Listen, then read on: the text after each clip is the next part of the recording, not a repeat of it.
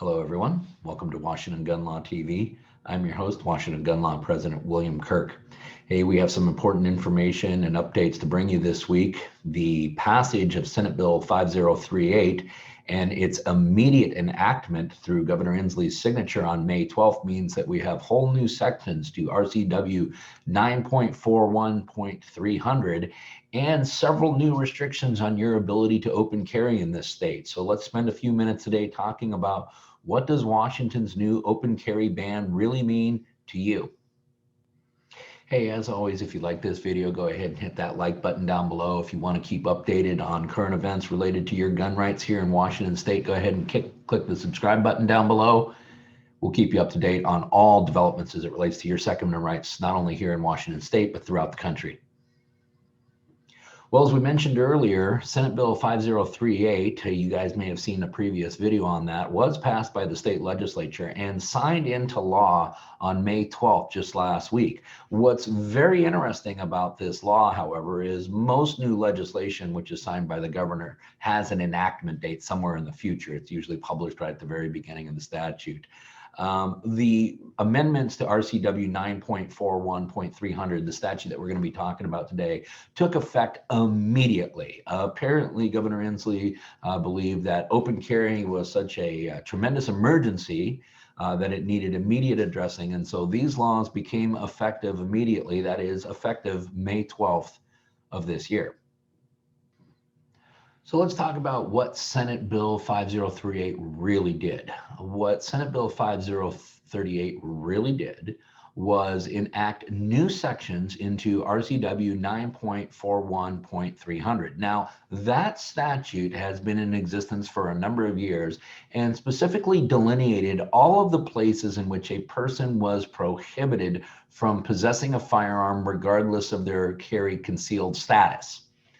Places such as jails, correctional facilities, courthouses, mental health institutions, daycare facilities, and a litany of other restricted areas were listed in RCW 9.41.300. As of May 12th, however, new sections have been added to this law, so we're going to take a few minutes and go through each of those right now. A new section was added to this statute, which reads as follows: except as provided in C of this subsection, it is unlawful for any person to knowingly open carry a firearm or other weapon while knowingly at any permitted demonstration.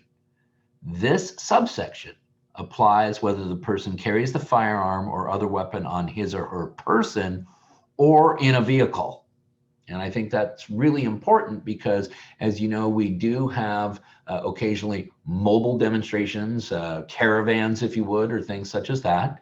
And certainly a person could unknowingly drive by a demonstration, as we have seen, especially last summer in Seattle. The statute goes on to further state that it is unlawful for any person to knowingly open carry a firearm or other weapon while knowingly within 250 feet of the perimeter of a permitted demonstration after a duly authorized state or local law enforcement officer advises the person of the permitted demonstration and directs the person to leave until he or she no longer possesses or controls the firearm or other weapon. This subsection does not apply to any person possessing or controlling any firearm or other weapons on private property owned or leased by that person. So consequently, if you own property and a demonstration breaks out in your neighborhood, you own a retail business and a demonstration now comes down the street towards your business, if you are lawfully possessing a firearm on those premises, you will not be in violation of this law. Now, subsection 2C of the statute does exempt law enforcement officers and other federal and state agents from this statute. However, the statute also has some further definitions that I think we need to pay very careful attention to.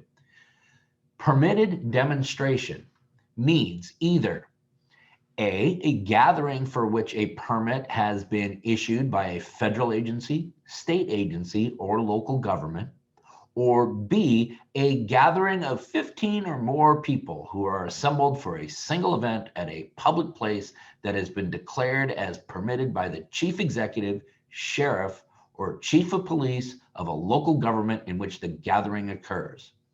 A gathering means a demonstration, march, rally, vigil, sit-in, protest, picketing, or similar public assembly. Now, what does the statute mean when it says public place? Well, it specifically says that public place means any site accessible to the general public for business, entertainment, or another lawful purpose. A public place includes, but is not limited to, the front, immediate area, or parking lot of any store, shop, restaurant, tavern, shopping center, or other place of business, any public building, its grounds, or surrounding area, any public parking lot, street, right-of-way, sidewalk, public park, or other public grounds. Essentially, just about anywhere that you would think would constitute a public space.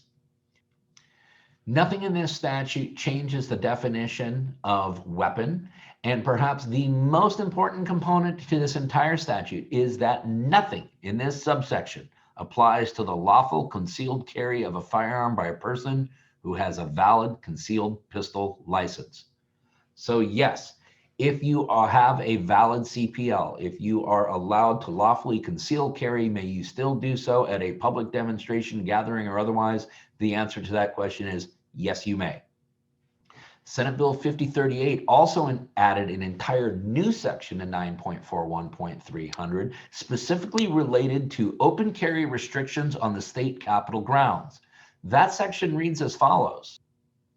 Unless exempt under subsection 4 of this section, it is unlawful for any person to knowingly open carry a firearm or other weapon as defined in 9.41.300 while knowingly being in the following locations: the West State Capitol campus grounds, any building on the state capitol grounds, any state legislative office, or any location of a public legislative hearing or meeting during the hearing or meetings. The statute goes on to further clearly delineate certain buildings and areas of the government capitol campus in which you will not be allowed to open carry a firearm. They are found in subsection 2 of section 2 of 941.300. Equally important to this new section is the following exception, which states that nothing in this law applies to the lawful concealed carry of a firearm by a person who has a valid concealed pistol license. And perhaps most interestingly, Governor Inslee found that the emergency created by the open carry of firearms at demonstrations in the Capitol grounds in the state was such that the law required its immediate enactment. And therefore, Section 4 of the statute reads, "This act is necessary for the immediate preservation of the public peace, health, or safety, or support of the state government in its existing public institutions and takes effect immediately." So, as soon as Governor Inslee signed this legislation on May 12th, it did in fact become law. Well, I hope that answers some of the questions you may have about Senate Bill 5038 and the newly enacted 9.41.300. If you have any other questions about new restrictions on your Second Amendment rights or anything related to your firearm rights here in Washington State, always feel free to visit us at WashingtonGunLaw.com. You can always email me directly, William@WashingtonGunLaw.com, or don't hesitate to give us a call, 425-765-0487. Listen, the only way that we ensure that we're the lawful and responsible gun owner, like what we preach here at Washington Gun Law, is to know what the law is in every situation and how it applies to you in every instance that you may find yourself in. Until next time, stay safe.